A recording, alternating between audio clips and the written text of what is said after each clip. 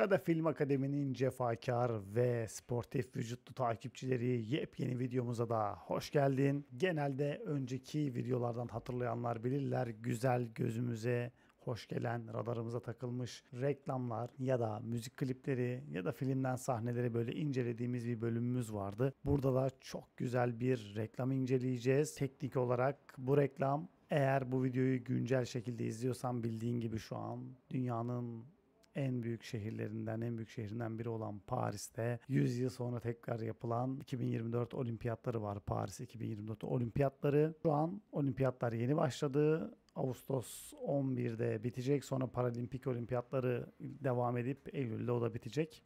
Böyle olunca olimpiyatlar dünyanın en çok izlenen sportif faaliyetlerinden biri olunca da eşittir reklam demek. Reklam da şirketler demek. Şirketler de birbirinden güzel olimpiyat reklamları yayınladı. Bunların arasında taş gibi, canavar gibi, mis gibi olan ve nerede ne zaman yapsan tutacak olan bir reklam radarımıza takıldı. O da lüks saat markası olan Omega var ya, Omega'nın reklamı çok çok güzel. Önce bir ekranımıza geçelim, reklamı izleyelim. Sonra bu fikir nereden çıktı ve teknik olarak ne yapılmış onlara bir bakalım. Şöyle reklamımı açıyorum. Umarım sağlam bir telif yemeyiz.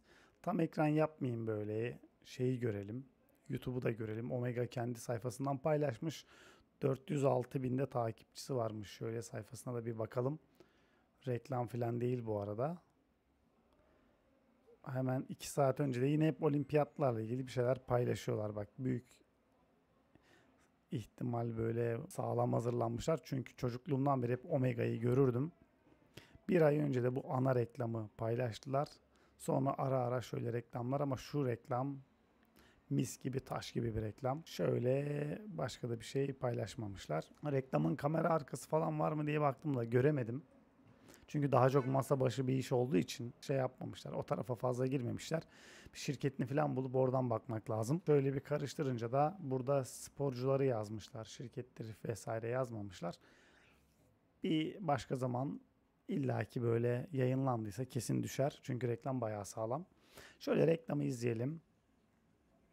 Resmi zaman tutucu diye bir sloganı varmış. Şöyle logoyu koymuşlar. Paris'i genel görüyoruz böyle. Akşam üzeri iş çıkış saati. Kameramız yukarı. Bir reklamı izleteyim. Ara ara bilerek giriyorum ki telife takılmayayım. Bunu zaten sizde Paris 2024 Olimpik ve Paralimpik Games Omega yazın. Zaten ilk çıkan reklamlardan biri bu. Kendiniz de bir baştan sona izleyin. Bir dakika zaten. Yukarı çıktık. Yüzücü. Sonra Şanzelize'yi görüyoruz. Burada bir konuşma var. Güzel bir ton. Sonra koşucuları koymuşlar Şanzelize'ye. Sonra Avenue Şanzelize'de güzel böyle. Şunlar ikonik, klasikleşmiş Paris'in sokak tabelalarıdır.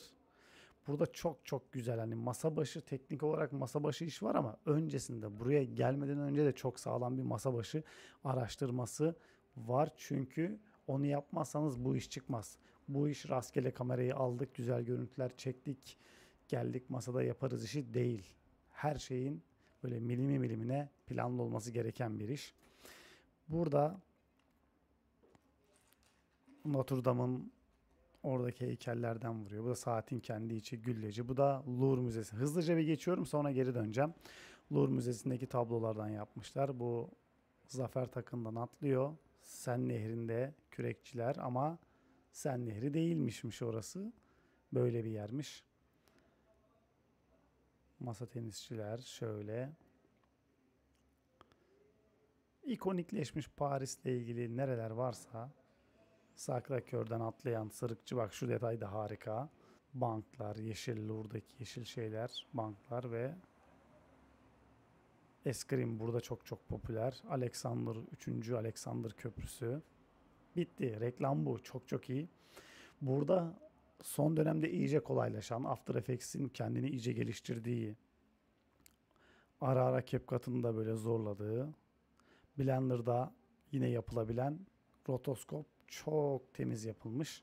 Şimdi bunun çıkış yeri asıl olarak aslında yıllar önce, 8 yıl olmuş, Coldplay'in Up Up klibi vardı. Bu klip çok güzeldi. Bununla paralel anlatacağım. Bu klip şöyle başlıyor. New York metrosundayız. Böyle deniz canlıları. Başına muazzam bir klip. Golden Gate Köprüsü'nde çocuk şey yapıyor. Tam böyle yerleştir. Baksana tertemiz. Bu klibi de şöyle hızlıca geçiyorum ki geri reklamımıza gelelim. Şöyle. Böyle gidiyor. Yani bu klip Coldplay'in Up Up klibi bu reklama bence ilham olmuş. Çünkü mantık aynı. İlk klip ya reklam klip dedim. İlk reklam işte Eyfel'le başladı. Eyfel'i gördüğümüz güzel bir manzarayla. Yukarı çıktık. Yüzücü. Yani bunun yüzücüyü normal çok temiz bir rotoskopla temizliyorsun. Sonra iş VFX'çilere kalıyor. Bulutu şöyle üstüne arkaya koyup o kısmı aldı. Zaten atlatmamış. Ufak bir belki 5 saniyelik bir alan. Sonra burada bak buradaki şeyler dokular, gölgelendirme, ışık çok çok güzel, çok çok önemli. Aranızda VFX yapan varsa böyle daha detaylı bize yazabilir. Şurada Şanzelize'yi bir geri geleyim.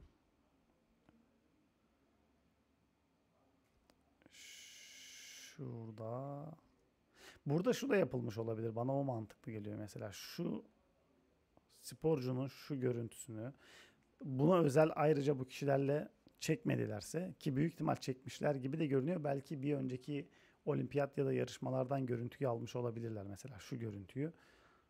Şimdi bu görüntü var. Kamera şu şekilde dönüyor. Biz de boş görüntüyü, bu Şanzelize'deki görüntüyü ona göre çekmeliyiz ki doğru olsun diye. Burada düz duvarı çekiyor zaten. Bu biraz daha basit. Şuraları böyle güzel bir maskladığında, sonra havuzu giydirdiğinde burası biraz kolay. Sadece şurayı güzel almak lazım. Bu atlayıcıların olduğu yeri. Onun da renk uyumu çok güzel olmuş. Ve dediğim gibi en önemli şeylerden birisi de şu gölgelendirme. Çok çok önemli. Sonra bu golfçü.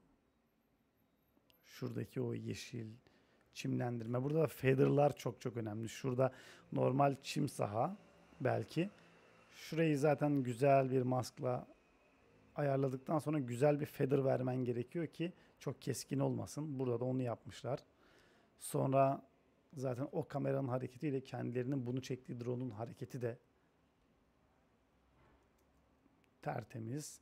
Bu zaten bunda da şey çok güzel. Burada zaten bir alan belirlemişler. Saatin içi. Burada bu tamamen masa başı. Bununla ilgili bir çekim yapmamışlar. Burada da çok güzel bir açılma var. Bu da Roland Garros'tan falan çekilmiş olabilir. Burada da arkı. Şöyle bakalım. Şöyle oynattığımızda zaten yani bayağı güzel. Anca böyle durdurunca biraz böyle belli olabilir şeyleri ama o kadar temiz ki çok çok temiz. Şuralarda falan oluyor. Onlar da normal yani. Bu şekilde kim izler? Gördüğün gibi bayağı temiz. Şöyle. Bu çok güzel. Bu özellikle az önceki klipte en çok kullanılan tekniklerden biri buydu. Bu da çok hoşuma gitti. Bu da bayağı güzel. Burada şey de çok çok önemli. Boyutlandırma. Hani sadece onun gibi çektin ettin değil. Hani nasıl bir boyutlandırma yapmalıyız? Bu kişiler nasıl olmalı? Sonra bak burada bu arkada şu derinliği vermek de mükemmel. Yani bayağı güzel olmuş. Şu keza biraz daha kolay böyle normal 3D trackingle yansıtılabilir. Bunu çok sevdim. Şu reklamın sonunda bir de burada şu tutma kısmı o kadar iyi ki kilitlere çok çok iyi bak. Burada da çok harika olmuş. Yukarı çıktık. Bu da keza diğerlerine göre biraz daha kolay. Çünkü şu ana görüntünün videosunu aldın. Güzel bir feather'ı yedirdin. Zaten saatin render'ı vardır illaki. Şöyle güzel şuraya denizi şöyle giydirdiğinde kısmen diğerlerine göre biraz daha basit. Burada şey çok güzel, sakrakörü güzelce kullanmış. Bu da zıplıyor. Oradaki o çubuk olarak da uçağı kullanması, işte beyin burada çalışıyor. Hani her şey sadece teknik değil. Artık beyin kısmı bu çok çok zekice. Çünkü Paris'in gökyüzüne baktığınızda da Bomboş bir gökyüzü görmeniz neredeyse imkansız. Sürekli uçak geçiyor, sürekli uçak izleri var. Yani bu onu mu düşünmüştür illa ki bilmiyorum. Bu dediğimden dolayı olmasa bile çizgi anlamında mükemmel yapmış. Burada da oldukça temiz. Saçlar falan bile bayağı temiz. Bu yine burada da dediğim gibi boyutlandırma. Ben mesela tek başıma buna girişsem kafa olarak düşünüyorum. Ya şöyle bir şey olsa şu boyutlandırma kısmında bu boyutlandırma kısmında böyle bayağı bir fikir danışmak isterim birilerine. Çünkü çok önemli. O gerçekçiliği sağlayanlardan birisi o. Bu muazzam. Çünkü burada dediğim gibi burada gerçekten bu sporcuları bir kamera arkasını bulursak hani stüdyoda yapıp da çekilmişse iş biraz daha kolaylaşıyor ama kendi performanslarında şu mesela gerçek yarıştaysa o şekilde alındıysa ki bana öyle geliyor gerçek yarış gibi çünkü bir ay önce yayınlanan bir reklam hadi abartayım bir yıl önce bile çekmiş olsalar bu sporcular olimpiyatlara hazırlanıyor yoğunlar ve her biri dünyanın farklı farklı yerlerinde sen bunları alıp nerede stüdyoya sokacaksın ne kadar gününü alacaksın gerçi Omega yani o parayla belki yapılabilir orası da tartışılır ama bana daha çok kendi müsabakalarından çekilmiş gibi geldi. Bu da çok güzel. Çünkü şu açıda filan büyük ihtimal bütün tribünler, miribünler ne varsa var yani. Bu da çok iyi. Bunu da çok sevdim. Bu keza biraz daha kolay geldi bana. Diğerlerine göre hani küçümsediğimden değil. Bayağı iyi. Bu da İtalyan mı? Eskrim'de İtalyanlar bayağı iyi çünkü. İtalyalıymış bu ablamız. Helal olsun. Şurası çok iyi. Şu el kısmı tertemiz. Harika yani.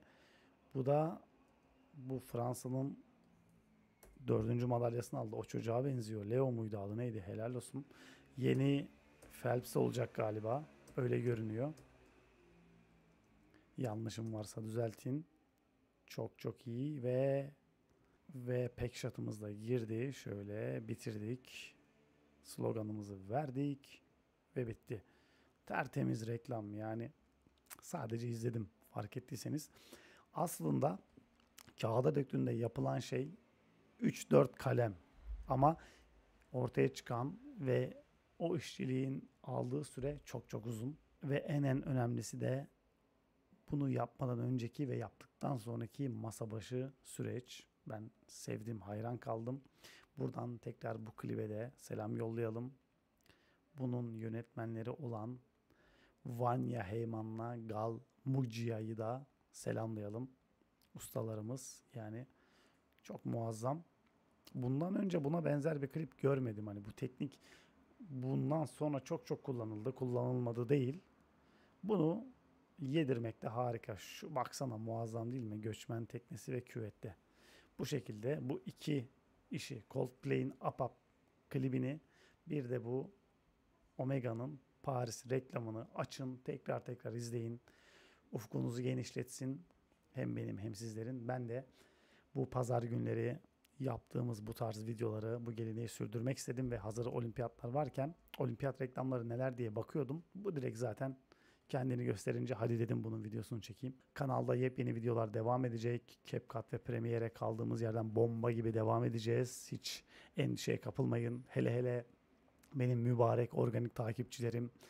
Sizler çok çok değerlisiniz. Lan bu adam artık video atmıyor. Sal gitsin demeyip hala buradasınız ve izliyorsunuz. Kaldığımız yerden devam ediyoruz. Bundan sonra belki bir olimpiyat kapanış töreni de olacak. Açılışta çok çok olaylıydı zaten. Birçok tartışmada yapıldı bununla ilgili biliyorsunuz. Konuşan, bilen, bilmeyen herkes konuştu. Biz işin orasında değil de kendi alanımız olan bu video üretim ve yayınlama kısmındayız. O konuda Fransa Fransalığını gösterdi. Her konuda muazzamdı. Şovlar muazzamdı. Normal sadece TV yayını bile başlı başına mükemmeldi. Baştan sona izledim ben ne var ne yok. Bir kısmını canlı gittim görebildiğim yere kadar. Gerçekten çok iyiydi yani. Baya baya iyiydi. Ve bir de bu yıl tüm olimpiyatlara göre farklılık yaptılar. O da şu oldu. Normalde tüm olimpiyat açılış törenleri statlarda olur. Burada şehre taşıdılar. Zaten statların çoğunu da Eyfel'in dibine, işte kaykaycıları meydana falan hep taşıdılar böyle. Birçok yer kapalı o yüzden. O anlamda biraz 56'ya bağladı Paris ama olsun. Gayet güzel, tertemiz bir etkinlik oluyor. Biz de milli takımlardan, milli sporculardan güzel başarılar geldikçe mutlu oluyoruz, gururlanıyoruz ki zaten bu Yusuf abimiz öyle cool bir şekilde bir reklam yaptı ki Nusret'ten sonra en büyük reklamı o yaptı.